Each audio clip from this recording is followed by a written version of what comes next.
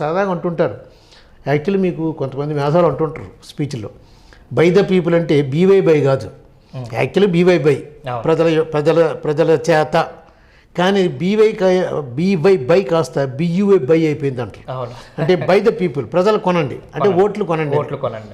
ఆ తర్వాత ఏంటి, ఆఫ్ ద పీపుల్ అంటే ఓఎఫ్ కాదు, యాక్చువల్గా అయితే ఓఎఫ్ ఆఫ్ ద పీపుల్ అంటే పీపుల్ యొక్క, కానీ ఇది ఏమైపోయింది అంటే ఓఎఫ్ ఆఫ్, స్విచ్ ఆఫ్ అంటాను చూసారా, అలాగే ఓఎఫ్ అంటే ఆఫ్, ఇంకా ప్రజలకి వాళ్ళకి మీకు అర్థమైందా, ఆఫ్ అయిపోయింది, ఏం లేదు ఇంకా, అది ప్రజల యొక్క కాదు, పూర్తిగా ఆఫ్ అయింది అనమాట. తర్వాత మూడోది ఏంటి, ఫర్ ద పీపుల్, ఫర్ అంటే ప్రజల కొరకు, ఫర్ అంటే కొరకు, ప్రజల కొరకు, ఫర్ ద పీపుల్.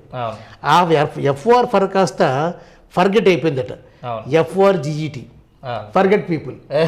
అంటే ఏమైందంటే మీకు ప్రజల చేత ఎన్నుకోబడి ప్రజల దూరంగా ఉండి ఆఫ్ ద పీపుల్ అయిపోయి ఫర్గెట్ ద పీపుల్.